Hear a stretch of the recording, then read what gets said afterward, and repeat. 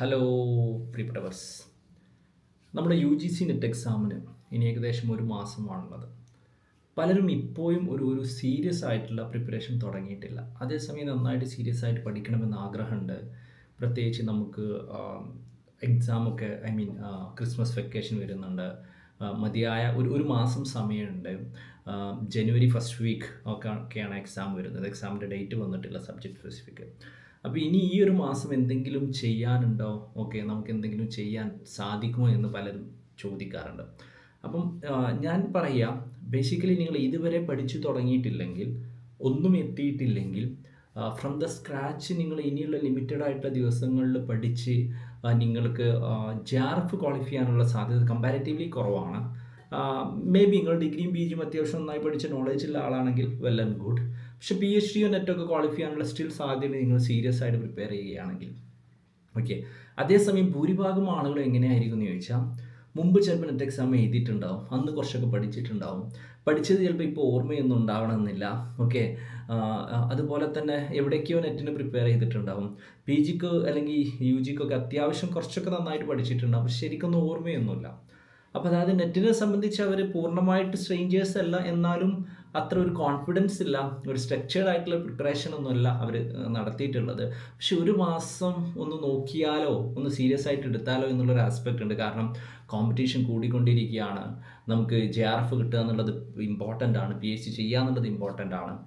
അപ്പം അതുകൊണ്ട് തന്നെ ബേസിക്കലി എന്ത് ചെയ്യണം എന്നുള്ളൊരു കൺഫ്യൂഷനിലാണ് ഞാൻ. നിങ്ങൾക്ക് ഒരു മാസത്തേക്കുള്ള ഒരു പ്ലാൻ പറഞ്ഞുതരാം. ഈ ഒരു പ്രിപ്പറേഷനിലൂടെ നിങ്ങൾക്ക് നിങ്ങൾ ഓൾറെഡി കുറച്ചൊക്കെ ഒരു ബേസിലുള്ള ആളുകളാണെങ്കിൽ, കുറച്ചൊക്കെ അപ്പോൾ ഇപ്പോഴൊക്കെ കേട്ടിട്ടുണ്ടെങ്കിൽ പഠിച്ചിട്ടുണ്ടെങ്കിൽ നിങ്ങൾക്ക് ക്വാളിഫൈ ചെയ്യാൻ സാധിക്കുമെന്ന് ഞാൻ പറയും. പിന്നെ അതിൽ നിങ്ങൾക്ക് എത്രത്തോളം എക്സ്ട്രാ എഫേർട്ട് ഇടാൻ പറ്റും എന്നുള്ളതിനനുസരിച്ചായിരിക്കും നിങ്ങൾ PhD ആണ് ക്വാളിഫൈ ചെയ്യാൻ സാധിക്കുക, നെറ്റാണ് ക്വാളിഫൈ ചെയ്യാൻ സാധിക്കുക, JRF ആണ് ക്വാളിഫൈ ചെയ്യാൻ സാധിക്കുക പോലെയുള്ള കാര്യങ്ങളൊക്കെ. സോ ബേസിക്കലി ഇത് തിങ് ഞാൻ എപ്പോഴും പറയാറുണ്ട്, ഏതൊരു മത്സര പരീക്ഷകൾക്കും, ഞാൻ പറഞ്ഞിട്ടുള്ള ഓൾമോസ്റ്റ് എല്ലാ വീഡിയോയിലും അങ്ങനെ തന്നെയായിരിക്കും, ഏതൊരു മത്സര പരീക്ഷകൾക്കും ഇമ്പോർട്ടൻ്റ് ആണ് PYQ എന്നുള്ളത്.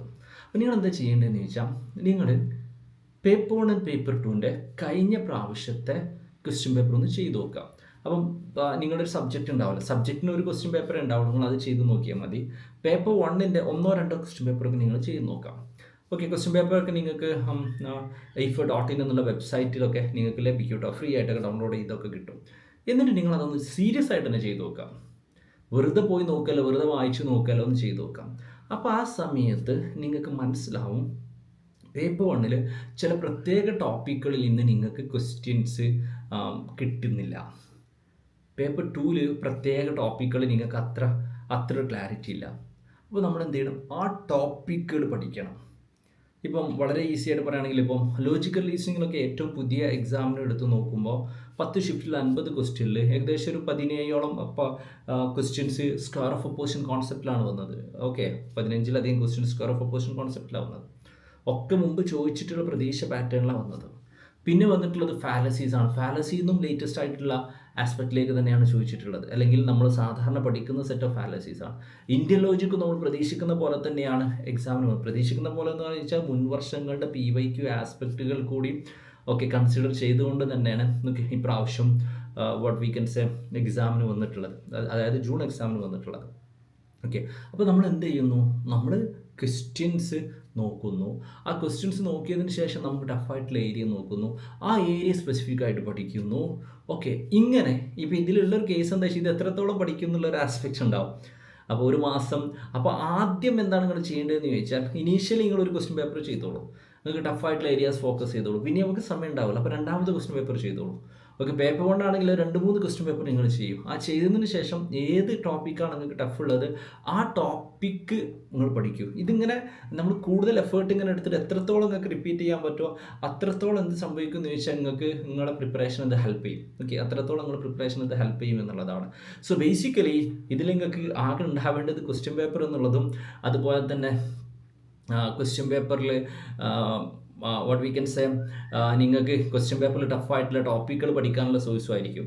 ആസ് ഓഫ് നോ ഇതെല്ലാം നിങ്ങൾക്ക് എയ്ഫർ പ്രൊവൈഡ് ചെയ്യുന്നുണ്ട്. ഓക്കെ, എയ്ഫർ ഒരു 1 മന്ത് കൊണ്ട് ഓൾമോസ്റ്റ് കാര്യങ്ങളൊക്കെ തീരുന്ന, അതായത് ഈ ഒരു ഫൈനൽ പോളിഷിങ് നിങ്ങളെ ഹെൽപ്പ് ചെയ്യുന്ന ഒരു ക്രാഷ് കോഴ്സ് ഉണ്ട്. നമ്മളിപ്പോൾ അതിൻ്റെ അഡ്മിഷൻ ക്ലോസ് ചെയ്യാൻ പോവാണ്. ഓക്കെ, വരുന്ന നാളേക്കായിട്ട് അതിൻ്റെ അഡ്മിഷൻ ക്ലോസ് ചെയ്യും.